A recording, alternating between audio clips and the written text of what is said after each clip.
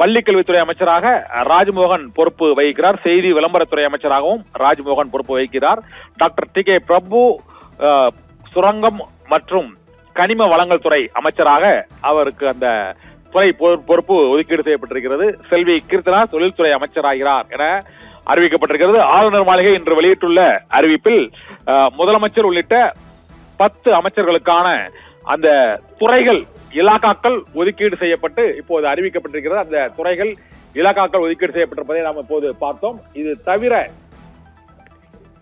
போக்குவரத்து துறை, உயர்கல்வித்துறை உள்ளிட்ட பல்வேறு துறைகளுக்கான அமைச்சர்கள் ஒதுக்கீடு செய்யப்படவில்லை. இதுவரை போக்குவரத்து துறை அமைச்சர், உயர்கல்வித்துறை அமைச்சர் உள்ளிட்ட பல்வேறு துறைகளுக்கான அமைச்சர்கள் இன்னும் அறிவிக்கப்படவில்லை.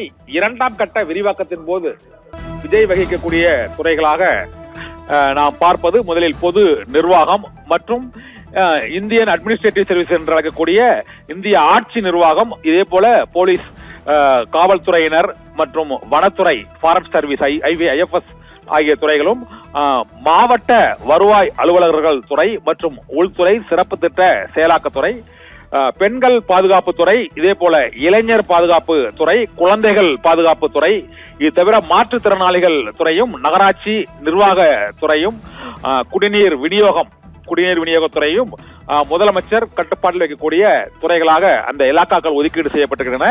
முதலமைச்சர் கவனிக்கக்கூடிய இலாக்காக்களில் முக்கியமானவை பொது நிர்வாகம் மற்றும் காவல்துறை, உள்துறை, பெண்கள் பாதுகாப்பு, இளைஞர் பாதுகாப்பு, குழந்தைகள் பாதுகாப்பு, முதியோர் பாதுகாப்பு, மேலும் மாற்றுத்திறனாளிகள் துறை மற்றும் நகராட்சி நிர்வாகத்துறை ஆகிய துறைகளை முதலமைச்சரே பொறுப்பு வகிப்பார் என அறிவிக்கப்பட்டிருக்கிறது.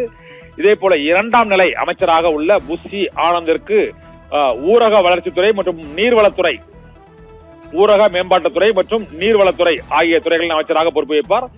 புஷி ஆனந்த் கவனிக்கக்கூடிய துறைகளாக ஊரக மேம்பாடு, பஞ்சாயத்து யூனியன் மற்றும் வறுமை ஒழிப்பு திட்டங்கள், இதே போல கிராமப்புற மேம்பாட்டு நீர்வளத்துறை திட்டங்கள், நீர் மின்சக்தி, நீர் வளத்திட்டங்கள், நீர்ப்பாசன திட்டங்கள் மற்றும் சிறு பாசன திட்டங்கள், நீர்வளத்துறை மற்றும் சிறு பாசனம், நீர்ப்பாசனம் உள்ளிட்ட துறைகளை புஷி ஆனந்த் கவனிப்பார் என அவர்களுக்கான துறை ஒதுக்கீடு செய்யப்பட்டிருக்கிறது. இதே போல ஆதவ் அர்ஜுனாவை பொறுத்தவரை பொதுப்பணித்துறை மற்றும் விளையாட்டு மேம்பாட்டுத்துறை, பொதுப்பணித்துறையில் நெடுஞ்சாலைத்துறை, சிறு துறைமுகங்கள், கட்டிடங்கள் ஆகிய துறைகளும், விளையாட்டு மேம்பாட்டுத்துறையும், வில்லிவாக்கம் தொகுதி சட்டமன்ற உறுப்பினர் ஆதவ் அர்ஜுனாவுக்கு ஒதுக்கப்பட்ட தொகுதி துறைகளில் அவை ஒதுக்கீடு செய்யப்பட்டிருக்கின்றன. டாக்டர் KG அருண்ராஜ் மக்கள் நல்வாழ்வுத்துறை, குடும்ப நலத்துறை ஆகிய 2 துறைகளும் அவருக்கு ஒதுக்கீடு செய்யப்பட்டிருக்கின்றன. நிதித்துறை அமைச்சராக இருக்கக்கூடிய செங்கோட்டையனுக்கு நிதித்துறை மற்றும் ஓய்வூதிய பலன்கள் ஆகிய துறைகள் செங்கோட்டையனுக்கு ஒதுக்கீடு செய்யப்பட்டிருக்கிறது. வெங்கட்ரமணனுக்கு உணவுத்துறை அமைச்சராகவும், நுகர்பொருள் விநியோகத்துறை மற்றும் நுகர்வோர் பாதுகாப்புத்துறை, விலை கட்டுப்பாட்டுத்துறை ஆகிய துறைகள் வெங்கட்ரமணன் அமைச்சராக, உணவுத்துறை அமைச்சராக இருக்கக்கூடிய வெங்கட்ரமணனுக்கு அந்த துறைகள் ஒதுக்கீடு செய்யப்பட்டிருக்கின்றன.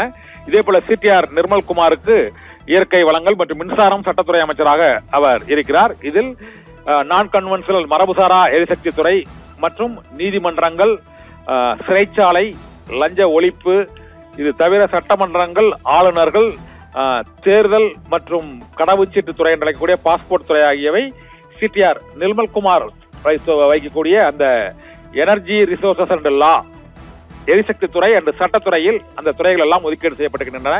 எழும்பூர் சட்டமன்ற தொகுதி உறுப்பினர் ராஜ்மோகன் பள்ளிக்கல்வித்துறை அமைச்சராகவும், தமிழ் வளர்ச்சித்துறை மற்றும் செய்தி விளம்பரத்துறை அமைச்சராகவும் அவர் பொறுப்பு வகிக்கிறார். அவருக்கு பள்ளிக்கல்வித்துறை மற்றும் தொல்லியல், தமிழ் ஆட்சி மொழி மற்றும் தமிழ் கலாச்சாரம், செய்தி விளம்பரத்துறை, திரைப்பட தொழில்நுட்பம் மற்றும் ஒளிப்பதிவு சட்டத்துறை மற்றும் அரசு அச்சகம் உள்ளிட்ட அரசு அச்சகம் மற்றும் அரசு அச்சகத்தால் கட்டுப்பாடு ஆகிய துறைகளும் இப்போது எழும்பூர் சட்டமன்ற உறுப்பினர் ராஜ்மோகனுக்கு, பள்ளிக்கல்வித்துறை அமைச்சருக்கு அந்த பொறுப்புகள் அனைத்தும் ஒதுக்கீடு செய்யப்பட்டிருக்கின்றன. இதே போல டாக்டர் டி கே பிரபு காரைக்குடி சட்டமன்ற தொகுதி உறுப்பினர்களுக்கு இயற்கை வளங்கள் துறை அமைச்சராக பொறுப்பு வகிக்கிறார். அவர் கனிம வளங்கள் மற்றும் சுரங்கத்துறை அமைச்சராக அவர் பொறுப்பு வகிக்கிறார். சிவகாசி தொகுதி சட்டமன்ற உறுப்பினர் செல்வி எஸ் கீர்த்தனா அவர் தொழில்துறை அமைச்சராகவும், தொழில் முதலீடு மேம்பாட்டுத்துறை அமைச்சராகவும் அவர் அந்த துறைகள் அவருக்கு ஒதுக்கீடு செய்யப்பட்டிருக்கின்றன. தொழில்துறை அமைச்சராகிறார் செல்வி கீர்த்தனா. டி கே பிரபு இயற்கை வளங்கள் துறை அமைச்சர், பள்ளி கல்வித்துறை அமைச்சர் ராஜ்மோகன், மின்சாரத்துறை அமைச்சர் மின்சாரம் மற்றும் சட்டத்துறை அமைச்சர் நிர்மல்குமார், இதே போல நிதித்துறை அமைச்சர் செங்கோட்டையன், உணவுத்துறை அமைச்சர் வெங்கட் ரமணன், மக்கள் நல்வாழ்வுத்துறை மற்றும் குடும்ப நலத்துறை அமைச்சராக KG அருண்ராஜ் ஆகியோர் பொறுப்பு வகிப்பதாக அறிவிக்கப்பட்டிருக்கிறது. ஆதவ் அர்ஜுனா பொது நிர்வாகம் மற்றும் பொதுப்பணித்துறை மற்றும் விளையாட்டுத்துறை அமைச்சராக ஆதவ் அர்ஜுனா பொறுப்பு வகிப்பார் என அறிவிக்கப்பட்டிருக்கிறது. விளையாட்டுத்துறை மற்றும் பொதுப்பணித்துறை அமைச்சராகிறார் ஆதவ் அர்ஜுனா. புஷி ஆனந்த் நீர்வளத்துறை மற்றும் ஊரக மேம்பாட்டுத்துறை அமைச்சராக பொறுப்பு வகிக்க இருக்கிறார். முதலமைச்சர் விஜயின் கட்டுப்பாட்டில் உள்துறை, காவல், பெண்கள், குழந்தைகள் மற்றும் இளைஞர்கள், முதியோர் நலத்துறை அவர் பொறுப்பு வகிக்கிறார். இதே போல மாற்றுத்திறனாளிகள் துறை, இது தவிர நகராட்சி நிர்வாகத்துறை, குடிநீர் விநியோகத்துறையும் முதலமைச்சரின் கட்டுப்பாட்டில் இருக்கும் என அறிவிக்கப்பட்டிருக்கிறது. முதலமைச்சருக்கும் 9 அமைச்சர்களுக்குமான இந்த துறைகள், இலாக்காக்கள் ஒதுக்கீடு செய்து ஆளுநர் மாளிகை இன்று அந்த அறிவிப்பை வெளியிட்டு இருக்கிறது. ஆளுநர் மாளிகையின் அறிவிப்பின்படி 9 அமைச்சர்களுக்கும் இலாக்காக்கள் பதவியேற்று 1 வார காலமாகியும் அமைச்சர்களாக பதவியேற்று 5 நாட்களாக அந்த இலாக்காக்கள் ஒதுக்கீடு செய்யப்படாத சூழ்நிலையில் இன்று அந்த இலாக்காக்கள் ஒதுக்கீடு செய்யப்பட்டு அறிவிக்கப்பட்டிருக்கிறது. தமிழக அமைச்சரவையில் 9 முதலமைச்சர் உள்ளிட்ட 9 அமைச்சர்களுக்குமான இலாக்காக்கள் ஒதுக்கீடு செய்யப்பட்டிருப்பதாக அறிவிக்கப்பட்டிருக்கிறது. அதன்படி தமிழகத்தின் புதிய அமைச்சர்களின் பொறுப்புகள் அறிவிக்கப்பட்டிருக்கின்றன.